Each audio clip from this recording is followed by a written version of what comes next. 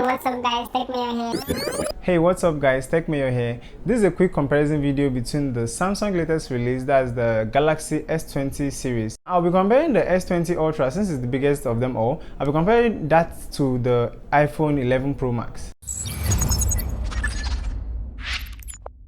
On the Samsung S20 Ultra, you get more display, a taller phone with 89.9% screen-to-body ratio versus the iPhone 11 Pro Max, which has 83.7% screen-to-body ratio. To be honest, the S20 Ultra feels more innovative. Though I've not seen it yet, I've not seen it in person, but I've seen it from videos and pictures. I can tell that the S20 Ultra is a lot more innovative and it looks more futuristic than the iPhone 11 Pro Max, which is just an upgrade from what the XX Max was. As for design, Samsung removed the Bixby button on the S20 series, which is really nice, and they improved on everything that the S10 was. Now, we have a lot less curved display on the S20, and for me, I think it's a good thing because I don't really like or I don't really vibe with the curved display and it gets broken easily. So I think if you drop your S20 or S20 Ultra, I think it will survive more than the S10. The iPhone 11 Pro Max and the S20 Ultra has no 3.5mm headphone jack. All we have is a Type-C USB for the S20 Ultra, and we have the regular lightning cable for the iPhone 11 Pro Max. On the rear side of the phone, we got the same camera setup on both devices, which is the square shape. Samsung is actually a little bit rectangle than square, but yes, we got the same look on both devices. As for comfort, the iPhone 11 Pro Max is actually wide, and though it has this mate feel which allows you grip the phone better, while on the S20 Ultra we have a more slimmer phone. We have a curved glass at the back which allows the phone sit comfortably in your hands, much more better than the iPhone 11 Pro Max. The S20 Ultra weighs 222 grams, while the iPhone 11 Pro Max weighs 226 grams, which in my opinion is not really noticeable if you're holding the phone. For durability, the iPhone 11 Pro Max got one of the strongest glass, and water resistance is 4 meters deep for 30 minutes versus the Gorilla 6 glass on the S20 Ultra, which is the same thing we have on the S10. I think the S20 will not break easily because of the less curved screen. Water resistance on the S20 Ultra is 1.5 meters deep for 30 minutes. We got the same display technology on both devices. The S20 has 6.9-inch screen, which is bigger than the 6.5-inch screen we have on the iPhone 11 Pro Max. It also supports HDR10+, while on the iPhone 11 Pro Max, all we have is the HDR. The S20 Ultra is a little bit better, having 511 ppi density, that's pixel per inch, and 120 Hz refresh rate. What this means is you have everything on your screen. All the reactions that happen on your screen, when you touch your screen, when you move the screen, everything happens so fast. It also has 240 touch inputs, which is very fast. Versus 11 Pro Max, which has 458 ppi density, 60 Hz refresh rate, and 120 Hz touch input. In my opinion, it's not really bad, but comparing the two side by side, you'd notice the Samsung S20 Ultra is a clear winner. We have no notch on the S20 Ultra. All you have is a single camera in the center of the screen, that's the top middle part of the screen, and the ultrasonic in-display fingerprint sensor. Now, on the iPhone 11 Pro Max, we have the notch, housing your Face ID tech, the camera, and all other sensors. Now, you have to choose the kind of security you prefer. Do you want the Face ID or you want the fingerprint sensor? Moving to the camera sensors, on the S20 Ultra, we have 100 times zoom. Wow, that's a lot. So it can zoom up to 100 times, but in my opinion, the 100x zoom, when you zoom that far, you begin to see pixels inside the screen, which I have seen from videos online. I don't even know what you would do with those pictures you zoomed that far for, but in a way, it's nice to know that the camera can do all of that. Honestly, there is not much to say about the S20 Ultra camera because it's a beast. It's really, really good. Moving to the front-facing camera, the S20 Ultra has a 40 megapixel shooter lens.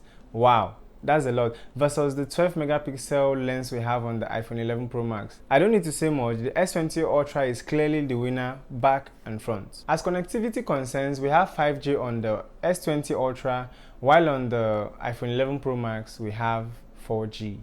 Clearly, there's a winner here. Next is power. No, not the movie.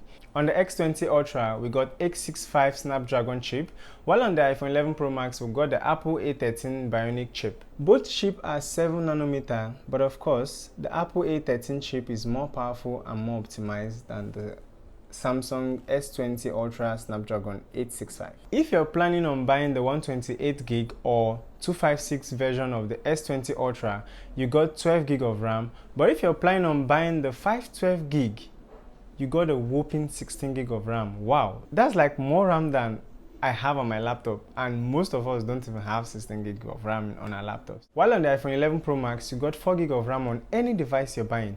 Now, on RAM management, the S20 Ultra wins, but in terms of power, the iPhone 11 Pro Max is the winner. Moving to the battery, the iPhone 11 Pro Max has 18 watts charging, 3969 mAh battery, while on the S20 Ultra, you got 5000 mAh battery, 14 watt charging, which gives you 100% battery in 74 minutes. On the S20 Ultra, you should consider the fact that you got 5G, so if you're located in a place that has 5G, your battery will drain faster than regular or faster than normal. And also on the S20 Ultra, we got reverse wireless charging, which is the same thing we had on the S10, which allows you to charge your Galaxy Buds Plus and every other device that has wireless charging. Moving to color, on the S20 Ultra, you got just the Cosmic Gray and the Cosmic Black. Samsung, that wasn't really fair. I was thinking they would probably bring back the blue or the purple or something like we had on the S9 Plus, but hey, we got just two colors, the Cosmic Gray and the Cosmic Black.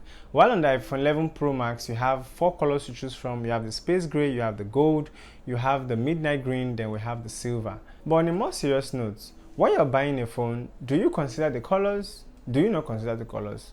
For me, I don't think color is a big deal because at the end of the day, I'll still get to cover it with a pouch. But I'd like to hear your opinion, guys. Do you consider colors before getting a device, or do you just get what you want and cover it with a pouch like me? Let me know in the comment section. Now to the matters of the pocket. The smaller version of the S20 Ultra cost $1399, which is $1,399, which if you're buying in Nigeria is around 507,000 naira. Yes, it's kind of expensive, more expensive than the iPhone 11 Pro Max. And if you're buying the higher version, which is 512, you get to pay $1,599. That's $1,599, which if you're buying in Nigerian currency, you'd say 700k ish, kind of. Now comparing this price to iPhone 11 Pro Max, 11 Pro Max is kind of cheap. If you're buying the 512GB, it will cost you $1,499. The 256GB of the iPhone 11 Pro Max costs $1,249, which is around 400,000 naira. And lastly, the 64GB model costs just $1,099. Let's just say 1,001, and that is around 350 something, 70 something, I don't know.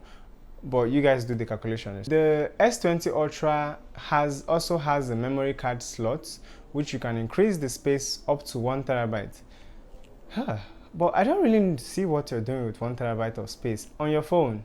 But well, it's your phone. Okay, this comparison is not really fair to the iPhone 11 Pro Max, considering the fact that the phone was a last year device. So I think the better or fair comparison should be between the S20 Ultra and the 2020 iPhone, which will be coming out in a few months. Now, the S20 Ultra is spec'd out. It looks like you went to the future, then brought a phone back to the present. It's spec'd out. It has 5G, a better screen, a bigger RAM, a bigger space, beautiful design. Do you think all of this is worth it? Because mostly people will not get to use most of these features on the S20 Ultra. So do you think it's worth it? What do you think about the device? Do you like the design? Do you like the camera, the 100x zoom? What do you like about the device, and what do you not like about the device? Let me know in the comment section below, and don't forget to subscribe. Thanks for watching, guys. I'll see you in the next one. Peace.